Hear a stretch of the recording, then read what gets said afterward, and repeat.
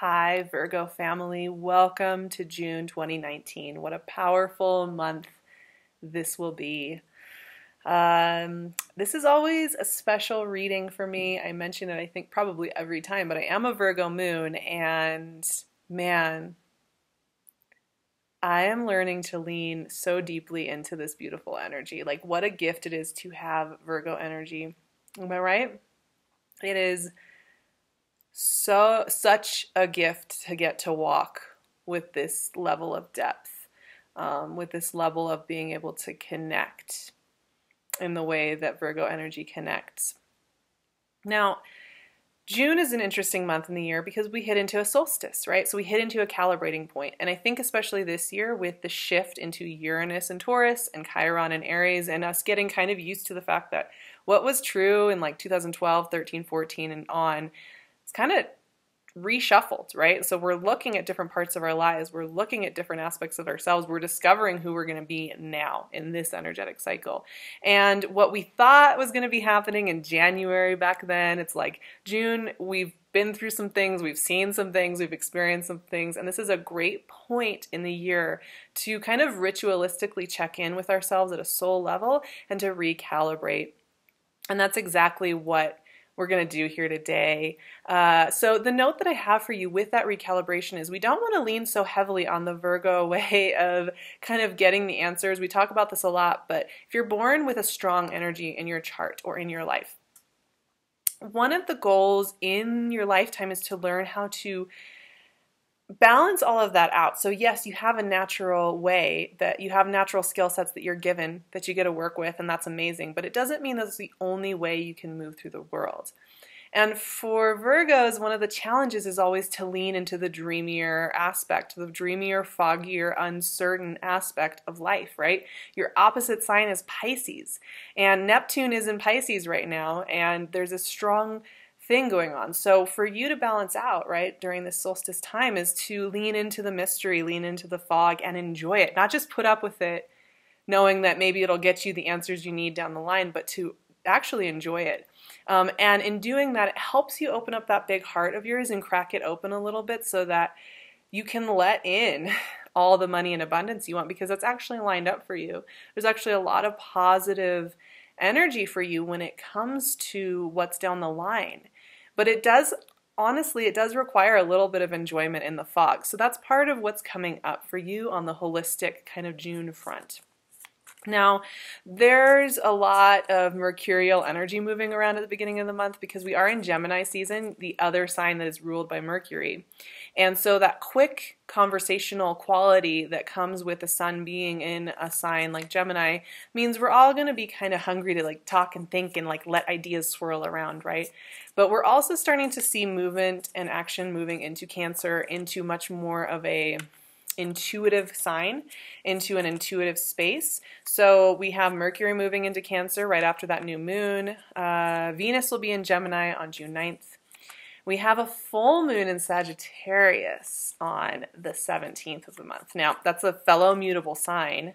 5 of Swords. Okay, that's interesting. That came out first, you guys. What was I just talking about? Trusting the fog. And then like one of the cards of least trust pops right out. That's funny. Wheel of Fortune popped out. Queen of Wands popped out.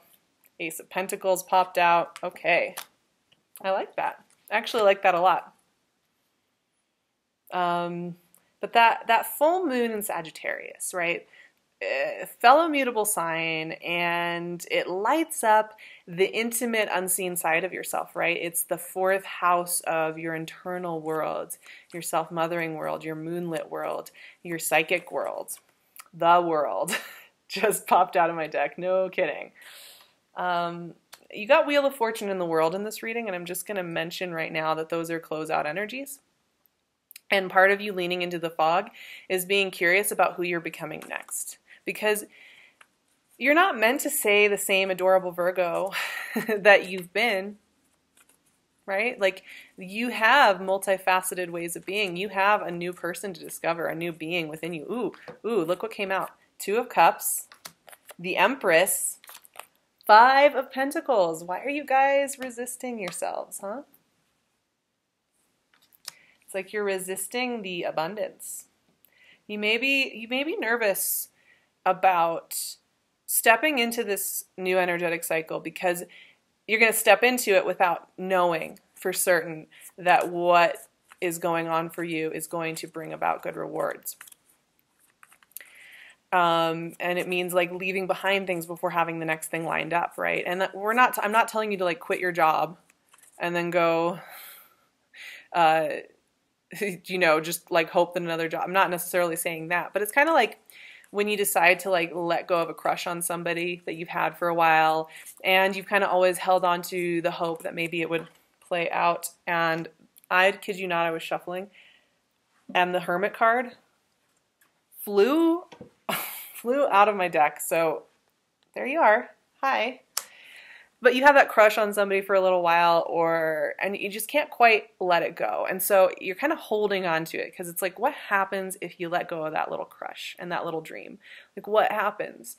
Like, will there be no more crushes? Will there be no more excitement? And of course, the answer is that in releasing that and releasing the pressure on that, you are actually allowing and giving space to those next things to come in, whereas before there was a blockage there.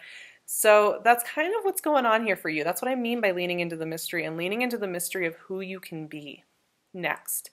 It is about clearing a little bit of that space out and being okay with it. And it does take bravery. It does take vulnerability. It does take the right timing as well. If we kind of fake give something up or we fake say, oh yeah, I'm done with that, and then deep down we don't really believe it, it doesn't really matter, right? So there has to be some heartfelt desire for those shifts to happen, but you are being asked to do so.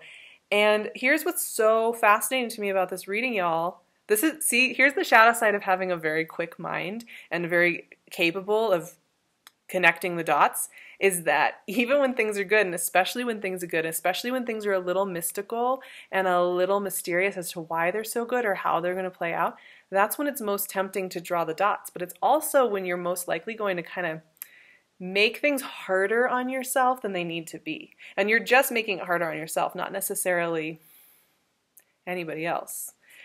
So we start off with the Five of Swords. So you may feel a little on edge, admittedly. You may feel a little nervous about what this month is bringing. Maybe you don't really know answers. Maybe you feel like you're still recovering from a betrayal or from a loss. You may feel that the things that kind of happened earlier in this year or at another point in time, you're kind of going over them and you're kind of thinking about what those did for you. I mean, that's that Five of Swords energy. It's like uncomfortable growth, uncomfortable mental growth, where we really sit with something. Now, it's great to sit with this for a moment and to feel some sense of peace with who we've been and how we've changed and where those betrayals hurt and why, but not for too long, right? So there's also just this is not going to keep happening to you. This is not something you have to like keep living. It's best to just understand that it's in the past because, and I say that because it's right next to the Wheel of Fortune. This type of betrayal, this type of feeling like you can't fully lean into an experience with other people or in certain situations is a thing of the past. It's part of an old patterning. And one of the other interesting things that's happening, not only do we have the solstice taking us into Cancer season, but that same day on the 21st of the month, Neptune is going retrograde until the end of November. Now, Neptune goes retrograde half of the year every single year, but when Neptune goes retrograde, we get this really great chance to see things with clear, fresh eyes.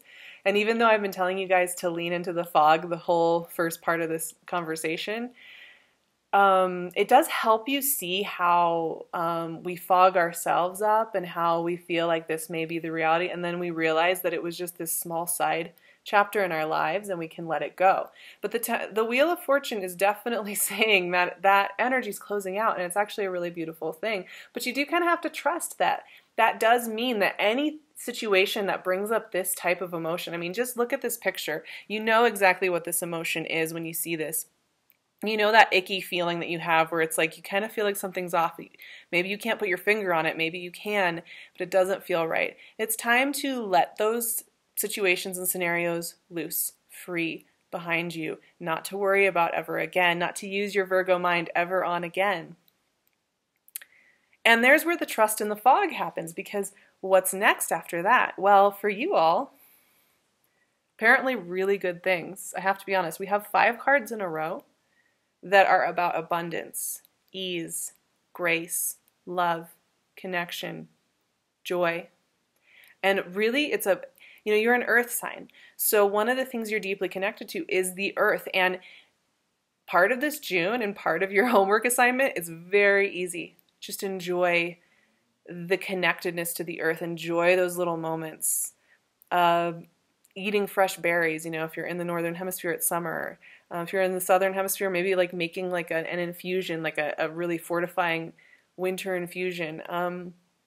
Those little moments where you sit with a friend and you listen to them, or where a friend listens to you, all those things, all those sensual things are being called up for you. Your homework assignment is to purely enjoy them. The Queen of Wands is a timing queen, and I say that all the time. And the Ace of Pentacles, these are really big gifts coming in for you. So while I'm saying, yes, a lot of your homework assignment is just enjoying what's coming in, just let yourself enjoy it. Don't think about what it's going to lead to or equal in September when it's your birthday. Just don't even go there. Stay in the moment. However, what I am noticing is you are getting infusions of opportunity and connection and material abundance as well that are leading you into the next thing. So as soon as you release this old way, this stuff that's maybe been haunting you a little bit or maybe been sitting with you a little bit, good things start coming in. Now the Queen of Wands, yes, maybe you have a fire sign in your life, but the Queen of Wands is also about not busy work. She doesn't care about busy work because she knows that's not going to get her the results she wants. She knows that it's the showing up all the way in the moments that matter that give her the experience of life, not in the staying busy for 20 hours a day. So this is another one of your homework assignments, is to remember that a small amount of very deeply effective work is vastly more effective than a whole bunch of half-hearted movement. So you're being asked to check in there, and also to let in this new energetic cycle of well-being, health. This is an infusion of something on the real world manifestational level that you want. Part of your graduation is graduating into a different version of relationship. I love this reading, you guys. This is so good on every level, I swear. So we have another graduation card. You've graduated from what relationship meant to you. And it doesn't have to just be romantic relationship. This is also about friendships, the types of friendships you entertain, the way you show up to those friendships and what they feel like, the quality of connection between you and other people that you are, that you spend that time having conversations with. It's changed. And I think a lot of you felt like, oh, I'm done with that. When 2019 started, you were like, but it's taken a little bit of a few extra months maybe to really clear that out and figure out what that meant for you. So with this solstice, with this shift into Cancer season, into your 11th house, into a sign that is very symbiotic for you, into an energy that is very understanding and sympathetic with you, there's also an understanding that it really is a full closeout of any of that icky stuff and into a time of balance and deep connection. This makes me really happy to see for Virgos. Because the Two of Cups is about deep connection, right? Yes, one of the caveats, one of the requirements to experience Two of Cups energy is you have to have a full cup within yourself. That's part of why you're getting this whole assignment to just enjoy life right now and to chill out. But it also means that in having that full cup, it's very difficult, nearly impossible for people who have like a sloshed over kind of sloppy cup to be coming up to you. You won't even be able to see them or entertain them because it just won't compute energetically. So then only experiences and people that are really matching that cup, all that work you've done the first half of this year to connect with that cup and to fill it, will be bringing, only people with a full cup like yours can show up.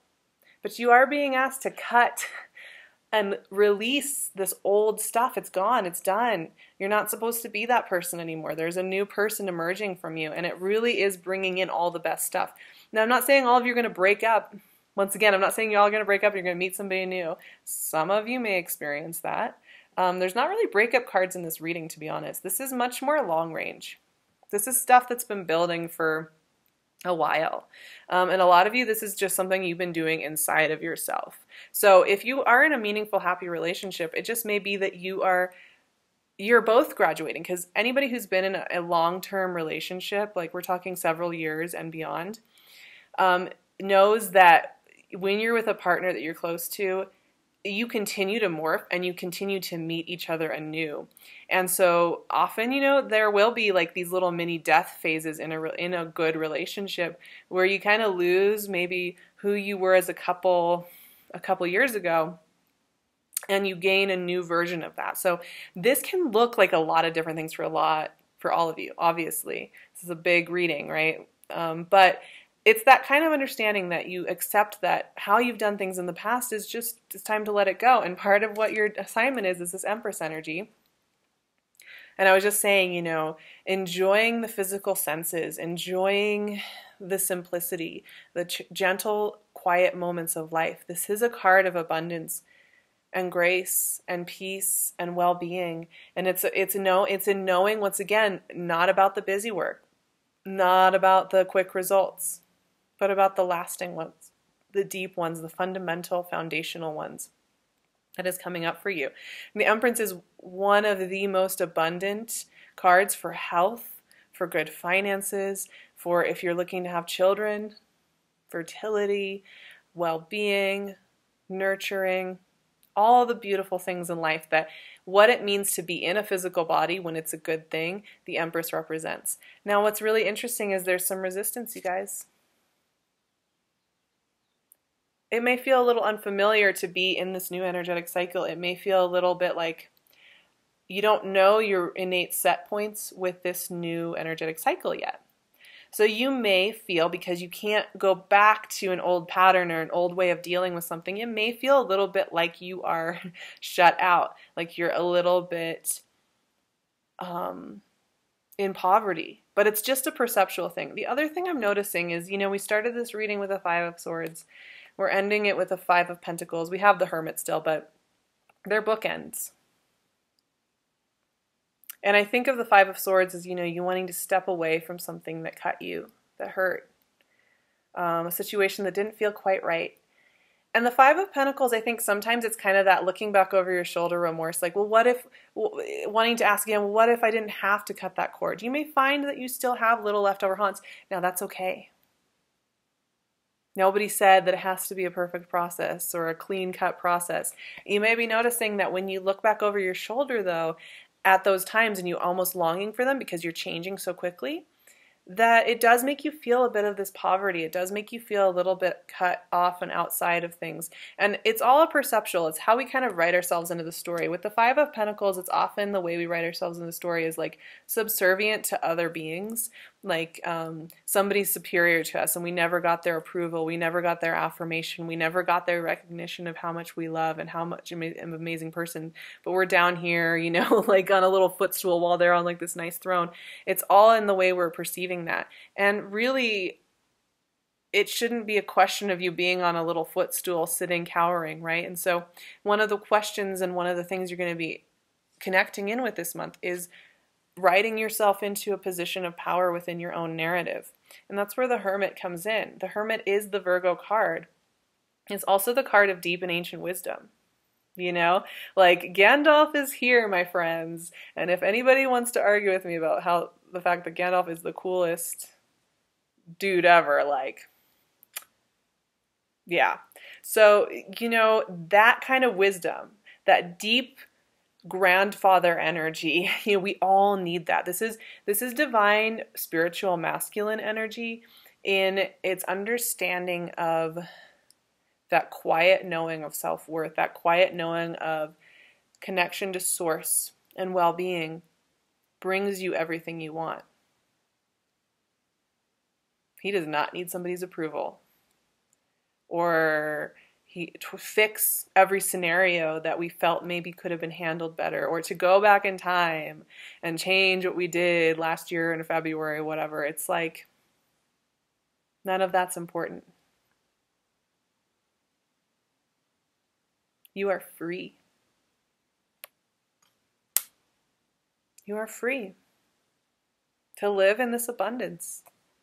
to let yourself become a different version of yourself. There is no contract that says you were born one way or you've been doing things one way for the last couple of years, and that means that's it. Take those limitations off of yourself. This is a month of dreaminess, of experimentation in your soul, of finding out what happens if you let life feel soft and easy. I love it. Okay, I have a little solstice toast for Virgos that I wrote up for you guys, and I'm going to grab my tea here and send this toast to you for a beautiful June.